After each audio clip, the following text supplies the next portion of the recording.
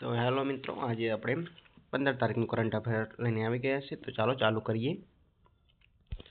તેમાં પહેલું છે કે વિશ્વ ડાયાબિટીસ દિવસ દર વર્ષે ક્યારે ઉજવવામાં આવે છે? તો દર વર્ષે 14 નવેમ્બરે ઉજવવામાં આવે છે, બરોબર. અને શરૂઆત કોને કરી હતી? તો 1991માં IDF અને WHO દ્વારા એટલે વર્લ્ડ હેલ્થ ઓર્ગેનાઇઝેશન દ્વારા ચાલુ કરવામાં આવ્યું હતું.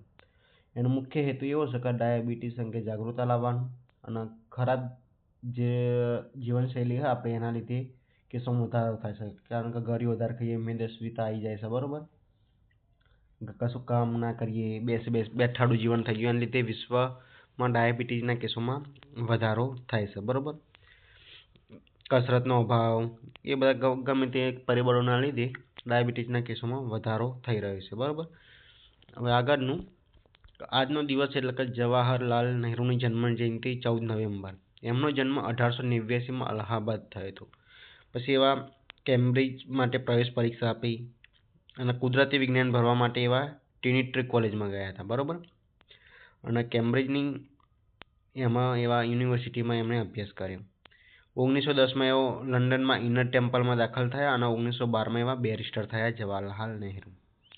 ઇંગ્લેન્ડમાં 7 વર્ષ અભ્યાસ કર્યો હતો. પછી અલ્હાબાદમાં વડી અદાલતમાં વકીલાત ચાલુ કરી હતી એમણે. 1923માં એવા કોંગ્રેસ પક્ષના મહામંત્રી બન્યા હતા અને અલ્હાબાદ મ્યુનિસિપાલિટીના પ્રમુખ પણ બન્યા હતા. અને 1927માં બીજા 2 વર્ષ માટે તેવા કોંગ્રેસ પક્ષના મહામંત્રી બન્યા હતા. પછી 1929માં લાહોરમાં કોંગ્રેસના અધિવેશનના પ્રમુખ પદે રહ્યા હતા અને ગાંધીજીના સૂચનથી એમની વરણી થઈ હતી, બરોબર. અને કોંગ્રેસના પ્રમુખ તરીકે એવા સૌથી વધારે વાર 29, 36, 37, 1946, 51, 54 એમ 5 વાર ચૂંટાયા હતા. અને એવા જેલવાસ થયા ત્યારે એમને પુસ્તકો કોણે કયા લખ્યા હતા? તો ગ્લિમ્પ્સીસ ઓફ વર્લ્ડ હિસ્ટ્રી, પોતાની આત્મકથા, ધ ડિસ્કવરી ઓફ ઇન્ડિયા લખ્યા હતા, બરોબર એમને. અને ભારતના સૌથી પહેલા અને અત્યાર સુધી લાંબો શાસનકાળ ધરાવતા વડાપ્રધાન હતા. અને વડાપ્રધાન તરીકે 1947થી 1964 સુધી સેવા આપી હતી. અને એમનો જન્મદિવસ 14 નવેમ્બર 12 દિવસ તરીકે ઉજવવામાં આવશે, બરોબર. 1955માં એમનો ભારત રત્ન મળ્યો. ભારતના પ્રથમ વડાપ્રધાન. કેમ્બ્રિજની ટ્રિનિટી કોલેજમાં અભ્યાસ અને 14 નવેમ્બર 1889 અલ્હાબાદ ખાતે એમનો જન્મ. આટલું યાદ રાખવાનું. સૌથી વધારે વાર એવા પ્રમુખ રહ્યા કોંગ્રેસના 5 વાર, બરોબર. 5 વાર એવા પ્રમુખ રહ્યા છે. એમની પુસ્તકો કઈ કઈ છે? એક તો એમની પોતાની આત્મકથા, એક બરોબર આત્મકથા. The Discovery of India, the Discovery of India, the Discovery of India એમની પુસ્તકો. આવી રીતે અલગ અલગ નામની એમની પુસ્તકો છે, બરોબર. હવે આગળનું, જામ સાહેબની પ્રતિમાનું અનાવરણ થયું. તો કઈ જગ્યાએ થયું? તો એમનું પ્રતિમાનું અનાવરણ નેવાનિત ઇઝરાયલ ખાતે થયું છે, બરોબર. અને 1000 પોલીસ બાળકોને આશ્રય આપ્યો હતો, બરોબર, વર્લ્ડ વોર II દરમિયાન. પછી IGS અને CGS દ્વારા સન્માન કરાયા અને નવાનગર એટલે કે આજનું જામનગર. તો વધારાની માહિતી લઈએ હવે. કે વિશ્વ યુદ્ધ દરમિયાન તેને અહૂદીઓ સહિત લગભગ 1000 પોલીસ બાળકોને આશ્રય આપ્યો હતો. એમના ઉપમા એવી છે કે ભારતીય રાજદૂત JPC અને પોલીસ રાજદૂતે તેમને માનવતાનું ઉદાહરણ અને આશા કિરણ ગણાવ્યું છે, બરોબર. અને અહૂદી હેરિટેજ સેન્ટર એટલે કે IJCS, બરોબર.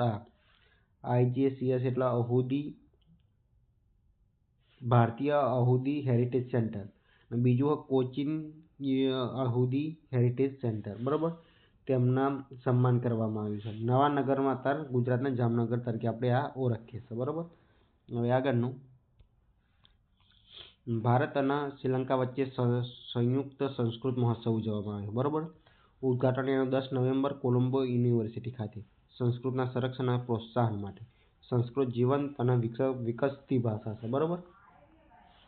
હવે એટલે ફરીથી વિકસાવવાની વાત છે એટલે ભારત અને શ્રીલંકા ખાતે આયોજન કરવામાં આવ્યું છે સંસ્કૃત મહોત્સવનું. આગળનું કે ભારતમાં ક્ષય રોગમાં 21% ઘટાડો નોંધવામાં આવ્યો છે. એ WHO એટલે વર્લ્ડ હેલ્થ ઓર્ગેનાઇઝેશન દ્વારા કહેવામાં આવ્યું છે.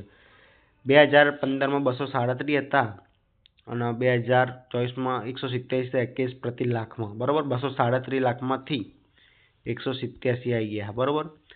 મૃત્યુદર 28 લાખથી 21 લાખ આવી ગયો છે અને વૈશ્વિક સરેરાશ કરતાં સુધારો બમણો છે આપણે, એટલે યાદ રાખવાનું, બરાબર. હવે આગળનું કે સિક્કિમમાં 13મો આંતરરાષ્ટ્રીય પ્રવાસન માર્ટ એટલે કે મેળો ઉજવવામાં આવ્યો. 13મો આંતરરાષ્ટ્રીય 13થી 16 નવેમ્બર 2025 આસામના ગંગટોક ખાતે 19 દેશોના પ્રતિનિધિ ભાગ લે છે અને ઉત્તર પૂર્વ ભારતની પર્યટન સંભાવના વધી જશે આના લીધે, બરાબર. અને આયોજન કોણ કરે તો ભારત સરકારનું પર્યટન મંત્રાલય કરે છે, બરાબર. મુખ્ય કાર્યક્રમ એમાં એવા છે કે ઇન્ટરનેશનલ ટુરિઝમ માટે પર્યટન મંત્રાલયનો વાર્ષિક મુખ્ય કાર્યક્રમ જે ઉત્તર પૂર્વીય ક્ષેત્રમાં છે ને એ ભારતની અષ્ટલક્ષ્મીની પર્યટન સંભાવનાને સ્થાનિક અને આંતરરાષ્ટ્રીય બંને પ્રેક્ષકો સમક્ષ પ્રદર્શિત કરવામાં આવશે. આમાં ક્યાં દેશો તો 19 દેશો આવે. 19 દેશોમાં કયા તો Spain, Thailand, France, Russia, Germany, Vietnam અને બીજા ઘણા બધા દેશો, બરાબર. હવે આગળનું એક્સપોર્ટ પ્રમોશન મિશન મતલબ 2560 કરોડની મંજૂરી ભારતના વૈશ્વિક મેન્યુફેક્ચરિંગ એક્સપર્ટ એટલે કે બહાર મોકલવાનો હબ બનાવવાનું આપણે.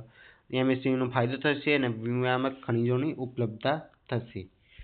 આગળનું રાષ્ટ્રીય આદિવાસી ફિલ્મ મહોત્સવ એ ક્યાં ઉજવવામાં આવ્યો તો ઇમ્ફાલ ખાતે ઉજવવામાં આવ્યો. 4 દિવસીય મહોત્સવ 23 આદિવાસી ફિલ્મો પ્રદર્શિત થશે અને આદિવાસી સંસ્કૃતિ અને ફિલ્મોને પ્રોત્સાહન મળશે આનાથી, બરાબર.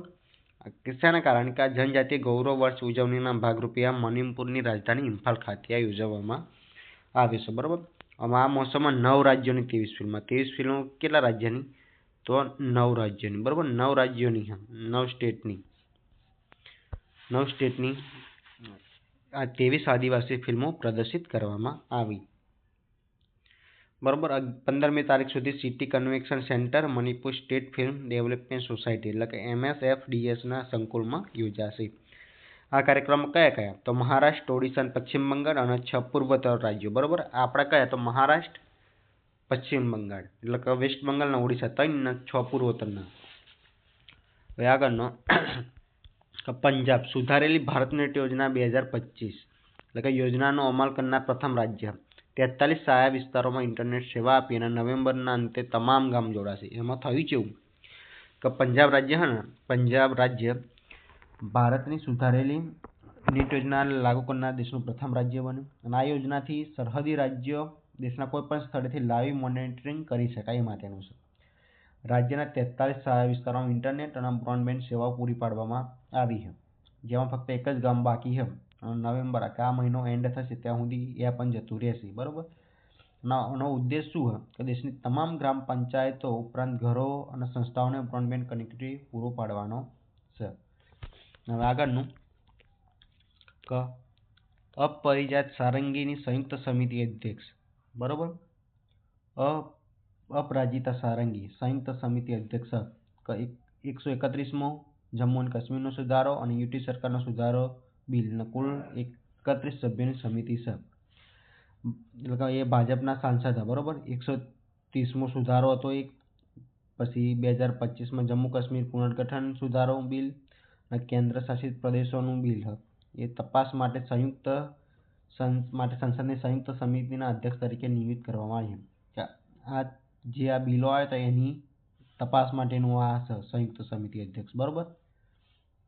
31 સભ્યો છે. એમાં ભાજપના 15, એનડીએના સાથી પક્ષોના 11 અને વિપક્ષના 4 અને 1 નામાંકિત સભ્યનો સમાવેશ થાય છે. બિલ 20 ઓગસ્ટના રોજ ચોમાસુ સત્રના છેલ્લા દિવસે રજૂ કરાયેલા 3 બિલમાં વડાપ્રધાન, મુખ્યમંત્રીઓ અને મંત્રીઓ પર ગંભીર આરોપમાં 30 સુધી અટકાયત રાખવા પર આપમેળે દૂર કરવાની માંગ કરવામાં આવી છે, બરાબર. આગળનું બિરસા મુંડાની 150મી જન્મ જયંતિની ઉજવણી ચો કરવામાં તો બધાને ખબર છે. દેડિયાપાડા નર્મદા 84 કરોડના પ્રકલ્પો, એકતાનગરમાં વિશિષ્ટ નાટ્ય પ્રસ્તુતિ અને 15 નવેમ્બર જનજાતીય ગૌરવ દિવસ બધાની ખબર છે. પણ એમનું મૂળ તો અહીંયા નથી બિરસા મુંડાનું, પણ અહીંયા કેમ આવશે એ કોઈને ખબર નથી, બરાબર. આગળનું ગુજરાત ઈ નોટરી પોર્ટલ લોન્ચ કર્યું. 1500+ વકીલોને પ્રમાણપત્ર આપવામાં આવે. નોટરી પ્રક્રિયાનું ડિજિટાઇઝેશન અને કાગળ વપરાશમાં ઘટાડો થશે એના લીધે, બરાબર. એ માટે ઈ નોટરી સિસ્ટમ પોર્ટલ લોન્ચ કરવામાં આવ્યું છે. તો આજના માટે આટલું. બીજું કરંટ અફેર જોવા માટે મારી ચેનલને લાઇક કરો, શેર કરો અને સબસ્ક્રાઈબ કરો. થેન્ક